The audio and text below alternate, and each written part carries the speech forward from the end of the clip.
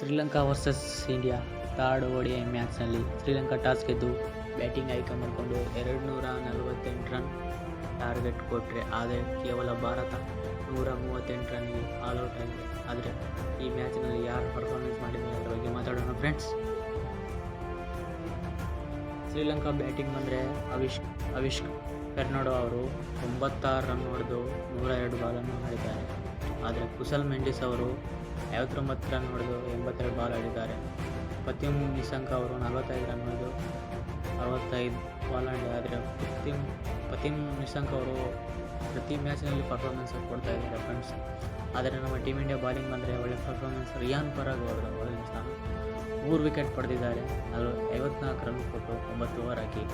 ಆದರೆ ವಾಷಿಂಗ್ಟನ್ ಸುಂದರ್ ಅವರು 1 ವಿಕೆಟ್ ಪಡೆದು 29 ರನ್ ಕೊಟ್ಟಿದ್ದಾರೆ 8 ಓವರಲ್ಲಿ. ಕುಲ್ದೀಪ್ ಯಾದವ್ 10 ಓವರ್ ಹಾಕಿ 1 ವಿಕೆಟ್ ಪಡೆದು 36 ರನ್ ಕೊಟ್ಟಿದ್ದಾರೆ. ಆದರೆ ನಮ್ಮ ಟೀಮ್ ಇಂಡಿಯಾ ಬ್ಯಾಟಿಂಗ್ ನೋಡೋಣ ಫ್ರೆಂಡ್ಸ್.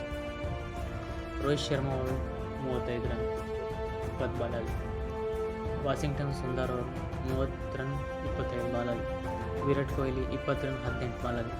ಆದರೆ ಇದೇ ಹೈಯೆಸ್ಟ್ ನಮ್ಮ ಟೀಮ್ ಇಂಡಿಯಾ ಪ್ರೆಸೆಂಟ್ ಮ್ಯಾಚ್ನಲ್ಲಿ ಹೊಡೆದಂಥ ಸ್ಕೋರ್ ನಮ್ಮ ಬ್ಯಾಟರ್ಸ್. ಆದರೆ ಶ್ರೀಲಂಕಾ ಬಾಲಿಂಗ್ ಬಂದರೆ ದುನಿತ್ ವಿಲಲ್ಗೆ 5 ವಿಕೆಟ್ ಪಡೆದು 27 ರನ್ ಕೇವಲ 5.1 ಬಾಲಲ್ಲಿ 5 ವಿಕೆಟ್ ಪಡೆದಿದ್ದಾರೆ. ಈ ಮ್ಯಾಚ್ ಚೇಂಜ್ ಆಗೋದಕ್ಕೆ ಮುಖ್ಯ ಕಾರಣ ದುನಿತ್ ವಿಲಲ್ಗೆ ಅವರು 5 ವಿಕೆಟ್ ಪಡೆದಿದ್ದಾರೆ. ಆದರೆ ಜೆಫ್ರಿ ವೆಂಡರಸಿ ಅವರು 2 ವಿಕೆಟ್ ಪಡೆದು 34 ರನ್ ಕೊಟ್ಟು 5 ಓವರ್ ಹಾಕಿದ್ದಾರೆ. ಆದರೆ ಮಹೇಶ್ ತೀಕ್ಷಣ ಅವರು 2 ವಿಕೆಟ್ ಪಡೆದು 45 ರನ್ ಕೊಟ್ಟು 8 ಓವರ್ ಹಾಕಿದ್ದಾರೆ.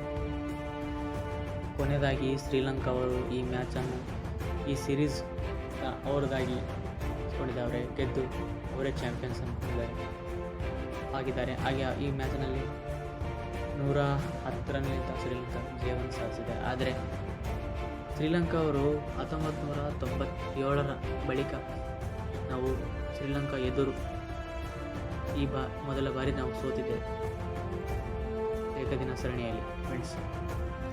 ಸುಮಾರು 27 ವರ್ಷ ಆಯಿತು ಫ್ರೆಂಡ್ಸ್ ನಾವು ಸೋಲಾರದೆ ಶ್ರೀಲಂಕಾ ಜೊತೆ. ಮತ್ತು ರಿಯಾನ್ ಪರಾಗ್ ಅವರು ನಮ್ಮ ಭಾರತ ತಂಡದ ಏಕದಿನ ಸರಣಿಯಲ್ಲಿ 256ನೇ ಆಲ್ರೌಂಡರ್ ಆಟಗಾರನಾಗಿ ಭಾರತೀಯಕ್ಕೆ ಆಟ ಆಡಿದ್ದಾರೆ ಫ್ರೆಂಡ್ಸ್. ರಿಯಾನ್ ಪರಾಗ್ ಅವರು ಒಳ್ಳೆಯ ಪ್ಲೇಯರೇ ಫ್ರೆಂಡ್ಸ್. ರಿಯಾನ್ ಪರಾಗ್ ಅವರು ಒಳ್ಳೆಯ ಆಟನೇ ಆಡುತ್ತಾರೆ ಫ್ರೆಂಡ್ಸ್. ನಮ್ಮ ವಿಡಿಯೋ ಇಷ್ಟ ಆದರೆ ಸಬ್ಸ್ಕ್ರೈಬ್ ಮಾಡಿ, ಲೈಕ್ ಮಾಡಿ, ಶೇರ್ ಮಾಡಿ ಫ್ರೆಂಡ್ಸ್. ಕೊನೆ ತನಕ ವಿಡಿಯೋವನ್ನು ನೋಡಿ.